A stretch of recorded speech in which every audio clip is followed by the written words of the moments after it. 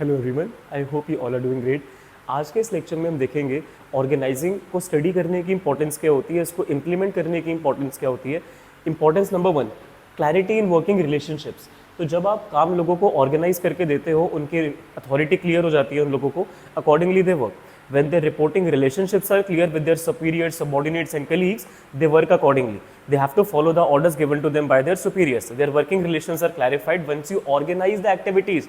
Once you tell them कि hierarchy में ये person आपके ऊपर रहेंगे, ये person आपके below रहेंगे. You have to take orders from your superior. You have to give command to your subordinates. So this type of relationship in the corporate field is clarified with the help of organizing.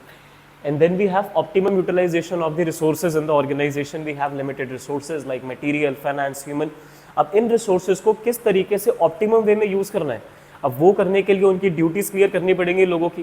कितना budget है वो हमें clear करना पड़ेगा, कितने material हमें use करने पड़ेंगे इनपुट्स को आउटपुट में कन्वर्ट करने के लिए, उसमें क्लैरिटी हमें लेकर आनी पड़ेगी। तो रिसोर्सेज को सही तरीके से यूज़ करने के लिए हर किसी को उनका काम क्लियर तरीके से करवाओ, ताकि वेस्टेज कम हो, लोग अपना काम करें, ओवरबर्डन ना हो और डुप्लीकेशन ना हो, मतलब दो लोग सेम काम करने ना लग जाएं। तो ये तभी क्लियर होगा जब लोगों को उनकी ड्यूटीज़, रिस्पॉन्सिबिलिटीज़ क्लियर होंगी। And then development of personal. जब एक सुपीरियर अपने सबॉर्डिनेट को कोई काम डेलीगेट कर देता है that was supposed to be done by the superior, but now he has already burdened up by the extra work, so that's why he gave the task to his subordinate. Superior ने subordinate को अपना काम shift कर दिया कि मेरे पास time नहीं है अभी फिलहाल के लिए, मैं ऑलरेडी ऑक्यूपाइड हूँ, तो आप मेरे बिहाफ पर ये वाला काम एडिशनली कर सकते हो। अब subordinate should never say no to such authorities and such motivation, because superior has put his trust on the subordinate that जो काम सुपीरियर को करना था वो अब सबॉर्डिनेट करेगा, इससे उसकी डेवलपमेंट होगी। He will be expose to something new जो उसने पहले ट्रेनिंग में नहीं सीखा, and then he will be trained for becoming the manager in future. He might be promoted because he has been trained at such levels. So जब आप लोगों को काम ऑर्गेनाइज करके समझाते हो किसको क्या क्या करना है, और अथॉरिटी डाउनवर्ड लेवल पर डेलीगेट हो जाती है बाय सम मैनेजर्स, इससे सबॉर्डिनेट्स की डेवलपमेंट हो पाती है, तो वो अपने फुल पोटेंशियल को अनलीश कर पाते हैं। इफेक्टिव एडमिनिस्ट्रेशन, लोगों को सबकी ड्यूटीज़ क्लियर है, कौन क्या काम कर रहा है, तो जो भी काम टाइम पे नहीं हो रहा उस इंसान को पकड़ लो कि ये वाला काम आपका था, ये काम टाइम पे नहीं हुआ। तो ये क्लैरिटी तभी हो पाएगी जब सबको उनकी ड्यूटीज़ क्लियर होंगी। बजट टाइम पे नहीं बन रहा तो जिसकी रिस्पॉन्सिबिलिटी थी, जिसकी ड्यूटी थी, उसको पकड़ा जाएगा। तो ये प्रॉपर तरीके से एडमिन करना काम को पॉसिबल तभी हो पाता है जब लोगों को उनकी ड्यूटी रिस्पॉन्सिबिलिटीज़ क्लियर होती हैं। एंड देन स्पेशलाइजेशन, लोगों को ट्रेनिंग दो, फिर उनको काम पे लगाओ। जब वो मल्टीपल टाइम एक ही एक्टिविटी को परफॉर्म करते रहेंगे तो वो उसमें स्पेशलिस्ट हो जाएंगे।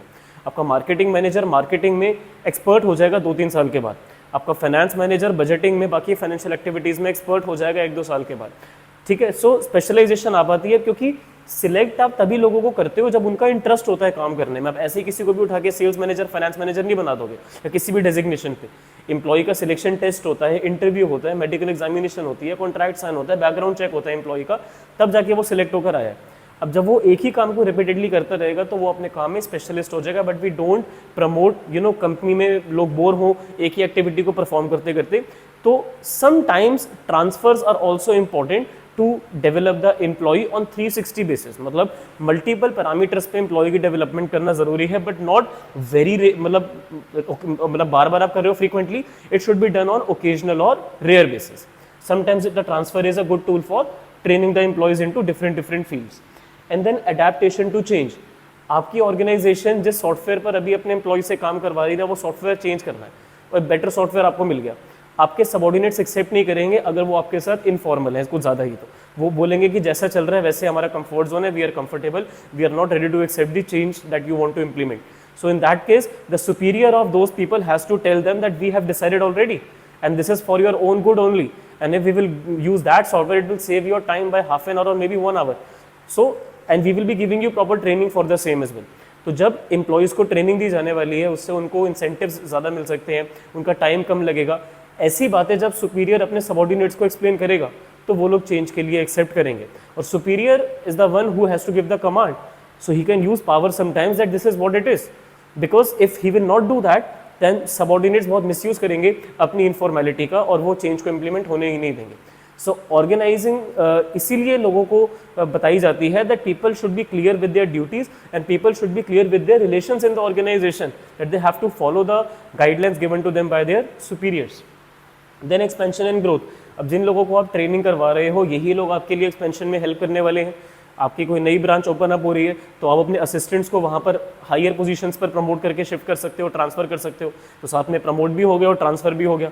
अब उन लोगों की ट्रेनिंग का पैसा बच गया, बाहर से लोगों को लेकर आने का खर्चा बच गया। कुछ लोग तो आपको हायर करने पड़ेंगे, अब नई ब्रांच खुल रही है तो सारे लोग तो आप ट्रांसफर प्रमोट नहीं कर दोगे ना, यहाँ के लिए भी लोग चाहिए। But still some upper level positions जो कि आप बाहर से फिल करते वो इंटरनली अगर फिल हो जाएंगी तो आपका खर्चा बचेगा ट्रेनिंग में भी और टाइम बचेगा और लोग लॉयल ही रहेंगे जो दूसरे ब्रांच में जा रहे हैं, because you have known their background, you have seen their loyalty in your organization. So that's why expansion growth में आसानी रहती है। अगर लोगों को similar duties आप repeatedly perform करवाते हो तो specialize हो जाते हैं वो लोग। So these are the benefits that you get of organizing. अब आप लोग समझ ही चुके होंगे कि ऑर्गेनाइजिंग के बिना काम नहीं चल सकता। तो इसकी बेटा की जितनी भी इंपॉर्टेंस है इसकी एक शॉर्ट फॉर्म है CODEBE, CODEBAE। रिवाइज करते हैं। C से clarity in working relationships, O से optimum utilization of the resources, D से एम्प्लॉय की डेवलपमेंट थी, E से एक्सपेंशन एंड ग्रोथ बोल दो या इफेक्टिव एडमिनिस्ट्रेशन बोल दो, E दो बार आया क्योंकि, B से बेनिफिट ऑफ स्पेशलाइजेशन, A से अडेप्टेशन टू चेंज, फिर वही इफेक्टिव एडमिनिस्ट्रेशन या फिर एम्प्लॉय इफेक्टिव एडमिनिस्ट्रेशन या फिर एक्सपेंशन एंड ग्रोथ, D से डेवलपमेंट ऑफ एम्प्लॉय था। So CODEBE, I will show you once again, it's written in the beginning as well I believe, so it's right here. Clarity in working relationships, ठीक है, फिर optimum utilization of the resources, development of the employ, effective administration, benefit of specialization, adaptation to change and last में आपका था expansion and growth. किसी भी बच्चे को कोई भी इंपॉर्टेंस में कोई डाउट डिफिकल्टी है, feel free to ask to me in the comment section और on my insta handle. Thank you for listening to me so patiently. Have a great day.